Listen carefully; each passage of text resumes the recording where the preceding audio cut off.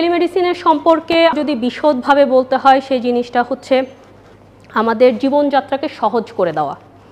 আমাদের ডেইলি লাইফে আপনারা যখন কোনো সমস্যার সম্মুখীন হচ্ছেন, যখন কোনো সিদ্ধান্তহীনতায় ভুগছেন, যে সময় আপনারা কোনো ডিসিশন মেক করতে পারছেন না, সেই সময়গুলোতে আপনারা আমাদের কাছে খুব সহজেই একটা ফোন কলের মাধ্যমে কথা বলে একটা ডিসিশন মেক করতে পারছেন।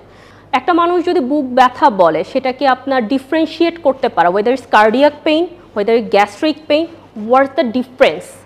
সো এই ডিফারেন্সিয়েটগুলো সবসময় আপনাদের পক্ষে করা সহজ হয়ে ওঠে না, কারণ আপনারা মাস পপুলেশন নিয়ে কাজ করেন।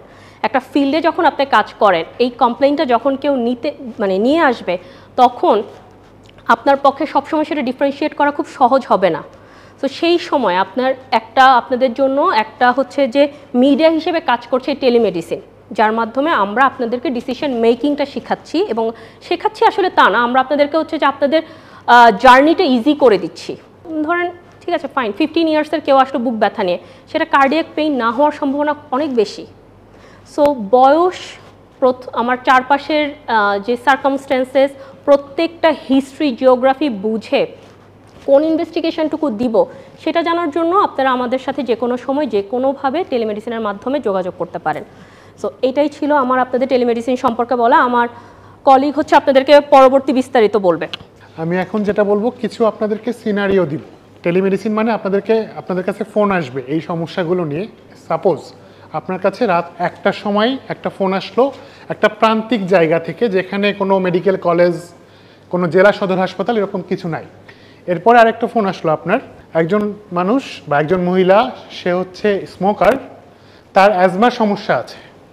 তো সে এখন হচ্ছে প্রচণ্ড শ্বাসকষ্ট হচ্ছে তার 2 ঘন্টা থেকে। সে যে ওষুধ খাইত, সে ইনহেলার নিত, ওগুলো তার বাসায় আছে। ওগুলো ইউজ করার পরেও তার অ্যাজমার সমস্যাটা কমতেছে না। আরেকটা ফোন আসলো আপনার কাছে রাত্র 3টায়, তার ব্যাক পেন হচ্ছে। একজন পুরুষ, সে তার বয়স 30 বছর, তার কোমরে ব্যথা হচ্ছে, তার ব্যথাটা 7 দিনের। এরপরে আরেকটা প্রবলেম হলো, আরেকজন আপনাকে ফোন দিয়েছে একদিন, সেটা হচ্ছে তার 1 মাস ধরে জ্বর। 1 মাস ধরে জ্বর, তার শরীরটা খারাপ লাগছে, বমি বমি আসছে। সাপোজ এই টাইপের সিনারিও অলরেডি মনে হয় আপনারা পান। 10 থেকে 12 বার পাতলা পায়খানা হচ্ছে। দ্বিতীয় সিনারিওটা আমি বলেছিলাম, 1 মাসের জ্বর নিয়ে আসছে রাত্র 3টায়। আপনি তাকে সিম্পলি বলে দিবেন 1 মাসের জ্বর, এটা ইমার্জেন্সি না যে রাত্র 3টায় আপনাকে ট্রিটমেন্ট দিতে হবে। আপনি প্লেন একটা নাপা খাবেন, স্পঞ্জিং করবেন, সকাল 8টায় আপনার নিকটস্থ স্বাস্থ্য কমপ্লেক্সে যাবেন, শেষ। এরপরে বললো শ্বাসকষ্টের ক্ষেত্রে সে তার বাসায় ডায়াগনোসড কেস অফ অ্যাজমা বা সিওপিডি, তার বাসায় থাকা ইনহেলার ওষুধ সে নিয়েছে। ফার্মেসি প্রান্তিক জায়গায় আছে এবং ম্যাক্সিমাম ফার্মেসিতেই নেবুলাইজেশনের ব্যবস্থা আছে। আমরা তাকে বলতে পারি আপনি আপনার নিকটস্থ ফার্মেসিতে যান, গ্যাস দেন 15 থেকে 20 মিনিট, তারপরেও যদি না কমে তাহলে আপনি আপনার নিকটস্থ স্বাস্থ্য কমপ্লেক্সে যান। এরপরে আরেকটা সিনারিও আমি বললাম যে 30 বছর বয়সী একটা লোক, 7 দিন ধরে কোমর ব্যথা। এখন 7 দিন ধরে কোমর ব্যথা, এটা আনলেস আদারওয়াইজ প্রুভড, আমি মনে করতে পারি এই ব্যথাটা সে হয়তোবা কোনো ভারী কাজ করে, সে হয়তোবা বাজারের ব্যাগটা উঁচু করেছে, সে হয়তোবা বাসে রিক্সায় ওঠার সময় তার টান লেগেছে, এই জন্য ব্যথা হচ্ছে। এখানে আমি তাকে একটা নাপা আমি ধরে নেব সে নাপা খেয়ে আপনাকে ফোন দিয়েছে।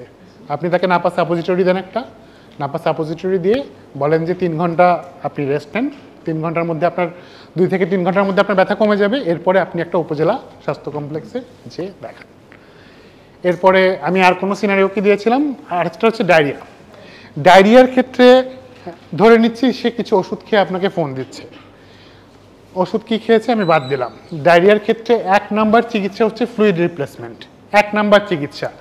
ওষুধ অনেক রকম আছে, সব ওষুধই দেওয়া যায় ডায়রিয়ায়, বাট ফ্লুইড রিপ্লেসমেন্ট 1 নাম্বার চিকিৎসা। এখন ওখানে কি তার স্যালাইন দেওয়ার ব্যবস্থা আছে নাকি? আমি ধরে নিচ্ছি নাই, স্যালাইন দেওয়ার ব্যবস্থা নাই। তাহলে আপনি তাকে একটা হিস্ট্রি নিলেন যে কতবার তার পায়খানা হয়েছে, রক্ত যাচ্ছে নাকি। যদি সে মুখে খেতে পারে, প্রতিবার পায়খানা হওয়ার পরে সে একটা স্যালাইন নিল, একটা স্যালাইন খাইলো, এভাবে যদি তার রাতটা পার হয়, সকালে যে সে উপজেলা স্বাস্থ্য কমপ্লেক্সে যে আইভি স্যালাইন, শিরায় স্যালাইন নেবে। যদি সম্ভব না হয়, সে মুখে খেতে না পারে, তার বাসায় যদি ব্লাড প্রেশার দেখার মতো কোনো লোক থাকে, তার ব্লাড প্রেশার অনেক কম, তার পালস অনেক বেশি, তার মানে পেশেন্টটা শকের দিকে যাচ্ছে। একটা পেশেন্ট শকে চলে যাচ্ছে, তাকে টেলিমেডিসিনে চিকিৎসা দেওয়া সম্ভব না, তাকে হাসপাতালে যেতে হবে। এই সিনারিওগুলো মনে হয় আমি দিয়েছি। এর বাদে আপনারা কি আর কোনো কমন সিনারিও পান? Acute abdomen. আচ্ছা, অ্যাকুইট অ্যাবডোমেনের অনেকগুলো ডিফারেন্সিয়াল হতে পারে, অনেক কিছু হতে পারে অ্যাকুইট অ্যাবডোমেনে। সেক্ষেত্রে আপনারা প্রথমে তাকে ইভ্যালুয়েট করবেন যে সে খেতে পাচ্ছে নাকি। একটা হচ্ছে যদি সে খেতে পারে, আপনি বলবেন আপাতত কিছু খাবে না, আপাতত কিছু খাবে না, এনপিও থাকবে, সে তার বমি হচ্ছে নাকি, বমির ওষুধ খাবে, এরপরে পেটে ব্যথার ওষুধ ভিজারালজিন বা যে কোনো ওষুধ খাবে। এরপরে যদি ব্যথাটা একেবারে অসহ্যকর হয় তাহলে হাসপাতালে যেতে হবে। বাট ওই দেখা যাচ্ছে অ্যাকুইট অ্যাবডোমেনের চিকিৎসায় একটা খাইলো, কেউ বললো একটা এই তেঁতুল পাতার রস খাইলো, কেউ একটা জাউ ভাত খাওয়াইলো, ওটাতে কাজ হবে না। এটা হচ্ছে মোটামুটি কমন সিনারিও।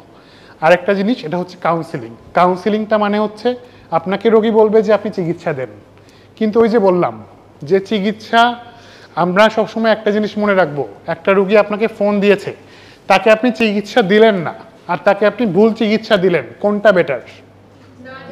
চিকিৎসা না দেওয়া বেটার। এটা মাথায় রাখবেন, যখন যেখানে কাজ করেন না কেন এটা মাথায় রাখবেন। এটা আমরাও মাথায় রাখি। আমরা যেখানে টারশিয়ারি সেন্টারে ট্রেনিং করি সেখানে আমরা একটা পেশেন্টকে 10 মিনিট পরে ওষুধ লিখি, কিন্তু চেষ্টা করি ভুল ওষুধ না লিখতে। তো যেখানে আপনি টেলিমেডিসিন মানে আপনি ওভার ফোনে চিকিৎসা দিচ্ছেন, আপনি চেষ্টা করবেন তাকে চিকিৎসা দেওয়ার অথবা না দেওয়ার। এই দুইটার মাঝখানে হচ্ছে ভুল চিকিৎসা, এটা দিবেন না।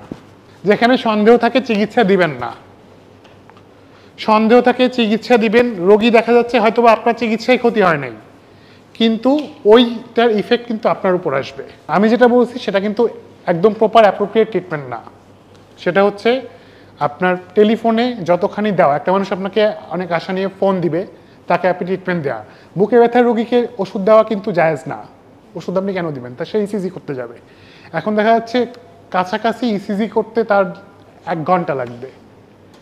তো আপনি চেষ্টা করতে পারেন, যদি এমন হয় যে তার প্রেশার অনেক বেশি এবং সে রেগুলার সকালে ওষুধ খায়, তার ইসিজি করার সুযোগ নাই, সেক্ষেত্রে আপনি তাকে বলতে পারেন যে সকালের ওষুধ আরেকটা আপনি খান। এটা আপনি বলতে পারেন, বাট সেটাও এর আগে যেই কন্ডিশনগুলো, আরবিএস চেক করা বা ইসিজি এগুলো করতে পারবে নাকি, হাসপাতালে যেতে পারবে নাকি, এগুলো বলে তারপরে আপনি এটা তাকে সাজেশন দিতে পারেন। আমি এই সেশনটা এখানে শেষ করব। নেক্সট সেশনটা আমার কলিগ আবার শুরু করবে আপনাদেরকে। Thank you.